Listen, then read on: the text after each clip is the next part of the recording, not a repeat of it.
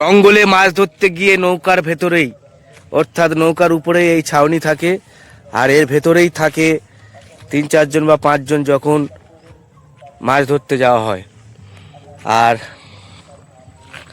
এই সমস্ত কাছি দেখতে পাচ্ছেন, আর সাথে পেয়েছি একজন দাদাকে, অনেক বছর ধরে জঙ্গলে যাচ্ছেন। এই জায়গাটা এরকম কেন? এখানে নৌকা এনে রাখা হয়।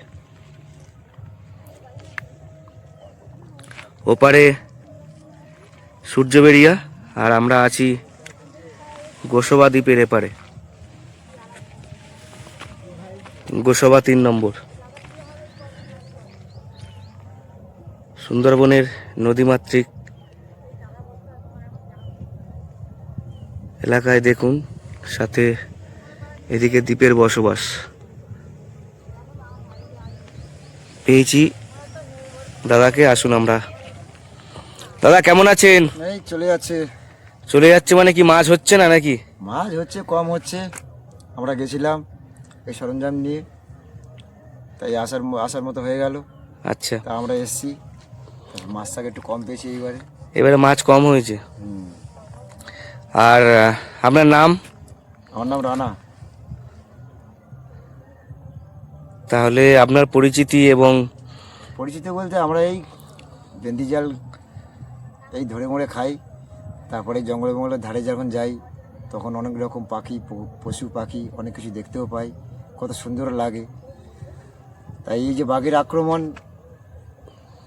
জঙ্গলের ধারে গেলে ওরাই তো আক্রমণ করবে, কিন্তু খুব সাবধান।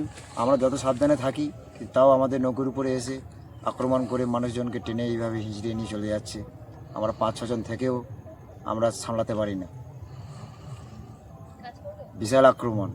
আচ্ছা, সে বাঘের মুট। তাহলে আপনি কি জালে মাছ ধরতে যান?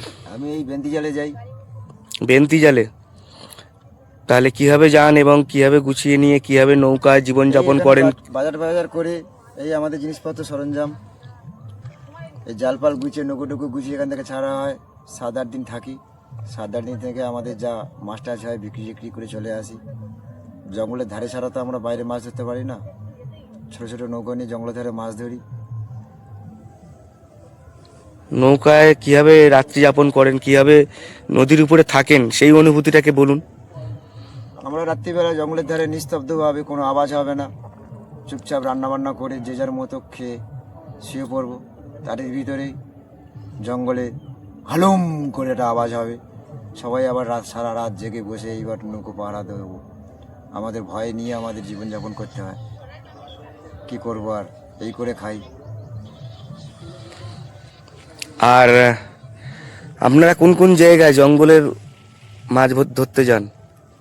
যাই আমরা জঙ্গলের সমুদ্রের মুখে টুকের দিকে যাই। জায়গাগুলোর নাম বলুন। জায়গা এরকম আড়া, তারপরে ভরাবন, তোমার বাংলাদেশে আর পারে এপারে, আমরা এসব জায়গায় টুকটাক করে জাল বিয়ে খাই। আচ্ছা, কত বছর? তা ধরে নাও 25-30 বছর। 30 বছর নৌকায় মাছ ধরছেন। আর আগের তুলনায় এখন কি জঙ্গলে মাছ হচ্ছে? খুব কম। আগে তো মাছ দেখা যেত না, এখন 2-4টে মাছ দেখা যাচ্ছে। তাও যা হচ্ছে মোটামুটি চলে যাচ্ছে, বেশি কিছু হচ্ছে না, কোনো রকম চলে যাচ্ছে, তাই তো? রকম চলে যাচ্ছে।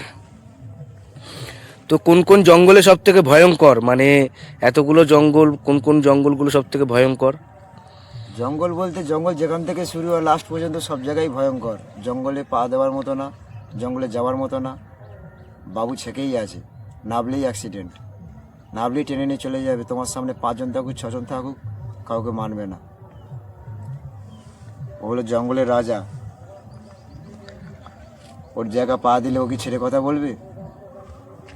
ও সুযোগ পেলে কাউকেই ছাড়বে না।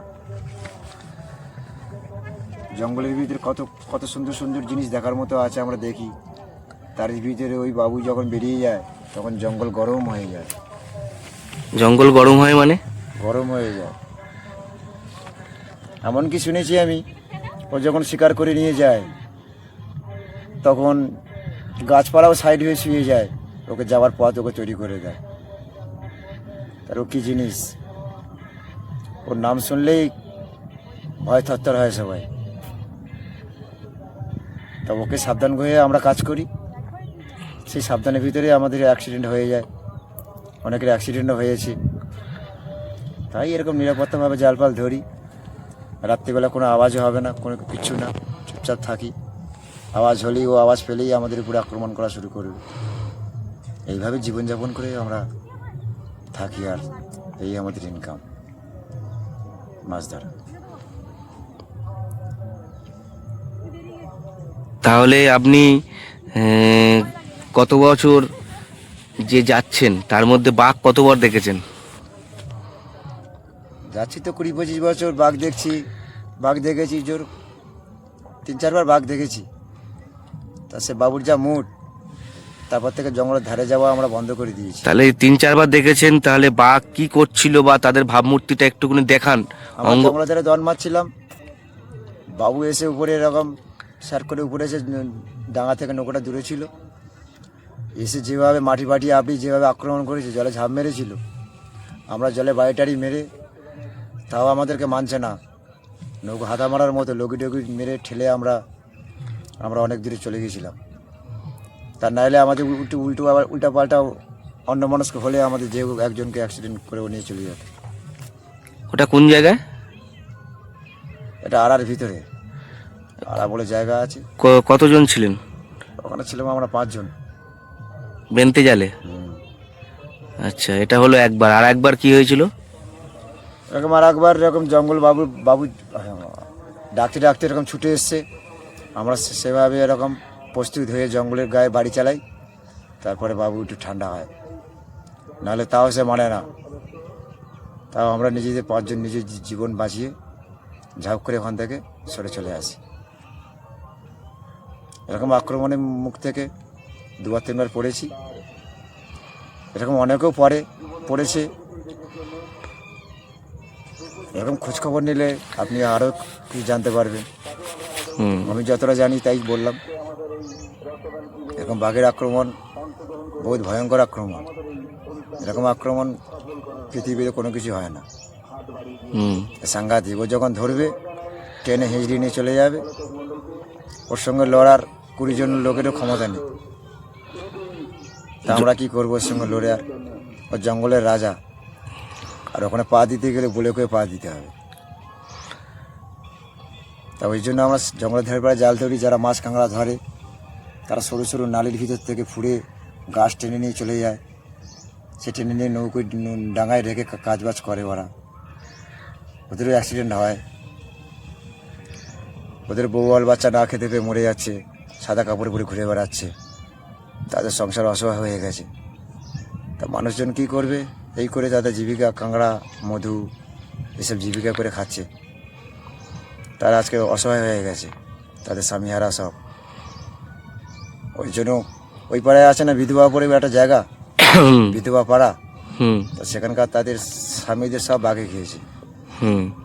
তাই এই হলো সুন্দরবনের ব্যাপার। তা আপনি যদি আশেপাশে যান আরও অনেক কিছু জানতে পারবেন। তো আপনারা যখন যান, বাঘের নাকি মুখ বন্ধ করে দেন? ওটা আমরা জঙ্গলে করি না, ওরা করে, গুণিনরা করে, যারা জঙ্গলে ওঠে, যারা জঙ্গলের ভিতরে কারবার যাদের, তারা জঙ্গলে যখন উঠে কারবার করে তখন বাবুদের একটা এরিয়ার স্তব্ধ করে দেয়, নিস্তব্ধ করে দেয়।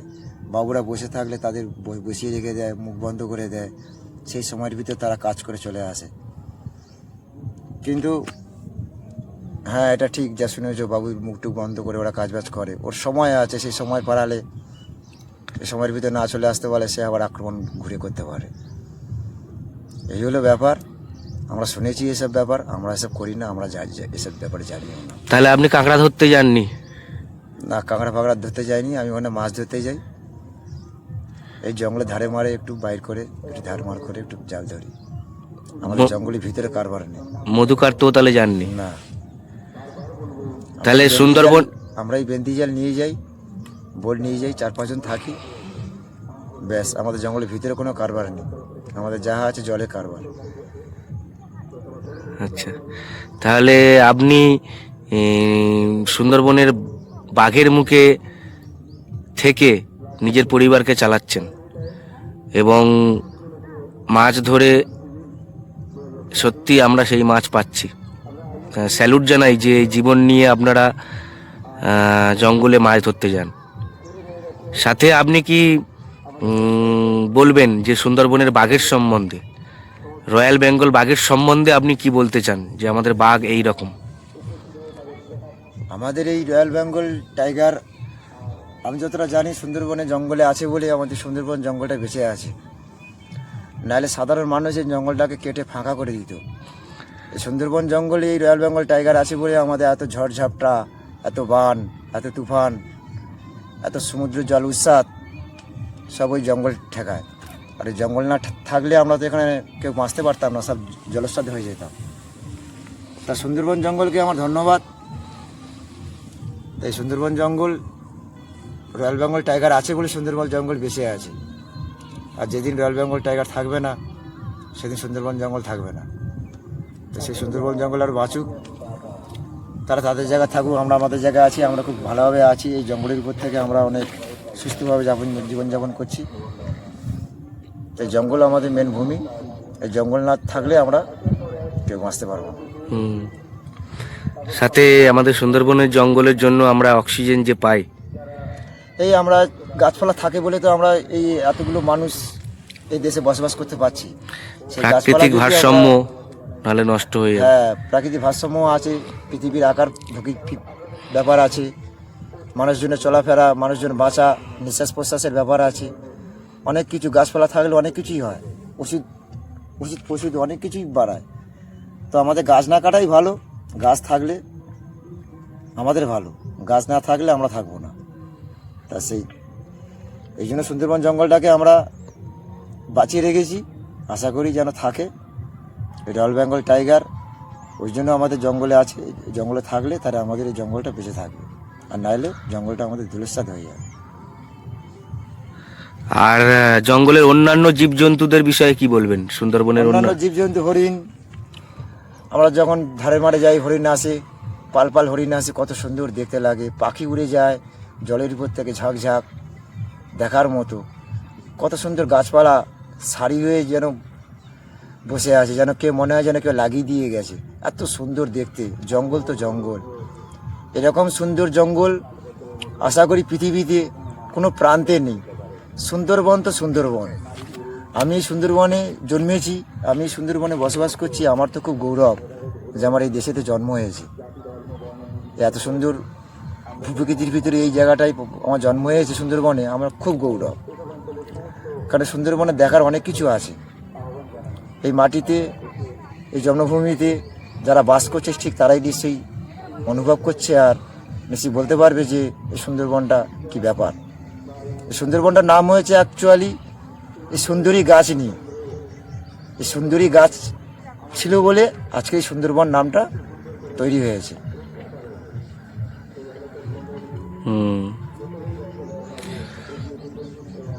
তাহলে আজকের প্রজন্মের কাছে আপনি কিছু বার্তা দিতে চান যে জঙ্গল যাবেন না বা জঙ্গলে যাওয়া উচিত? জঙ্গলে, আমার খেয়ালে জঙ্গলে যারা যাচ্ছে তারা পেটের জ্বালায় যাচ্ছে। তারা অন্য কিছু কোনো ব্যবসা করুক কেন, আমি জানতে জানতে নিজের বিপদ আমি নিজের সামনে ডেকে নিয়ে আসবো। আমি জানি আমার এখানটায় অসুবিধা আছে, আমি সেখানটা যাবো, তো আমি তো হুচুট খাবো। তা আশা করি হুচুট খাওয়ার আগে নিজেকে সাবধান হয়ে যাওয়াটা আমি মনে করি আমার পক্ষে খুব ভালো। সাবধান হওয়া, সাবধান না হলেই কার কপালে কি লেখা থাকবে। একজন যাবে, 5 জন মরবে। তার সংসার, তার বাল বাচ্চা, তার বাপ মা সবাইকে তাকে ছাড়তে হবে। তো আমি চাই একটু অন্যরকম ধান্দা করি, অন্যরকম ধান্দা করে যদি আমার চলে, কেন আমি জেনে বুঝে আমি আগুনে হাত দিতে যাচ্ছি। এই হলো ব্যাপার। পেটের জ্বালা তো মানে না, মানুষজন ছুটে যায়, কি করবে? এই দেশে তো কাজ বাজ নেই, এই ট্রেনে চুরি চামারি করে লোকজন করে খাচ্ছে। কি করবে আর, এই করে চলে যাচ্ছে এই সুন্দরবন। তাহলে পরিবার নিয়ে সুখে আছেন? পরিবার নিয়ে খুব ভালো আছি। আচ্ছা, তাহলে ধন্যবাদ আপনাকে সময় দেওয়ার জন্য এবং সুন্দরবনের বেশ কিছু বিষয়কে আপনি তুলে ধরেছেন। তাই জন্য আমরা আপনাকে আন্তরিকভাবে ধন্যবাদ দিই, আর ধন্যবাদ দিই বন্ধুরা আপনাদেরকেও, যে সাথে আছেন, পাশে আছেন তার জন্য। সুন্দরবন জীবন আমার জীবন, আমার সুন্দরবন আপনার সুন্দরবন।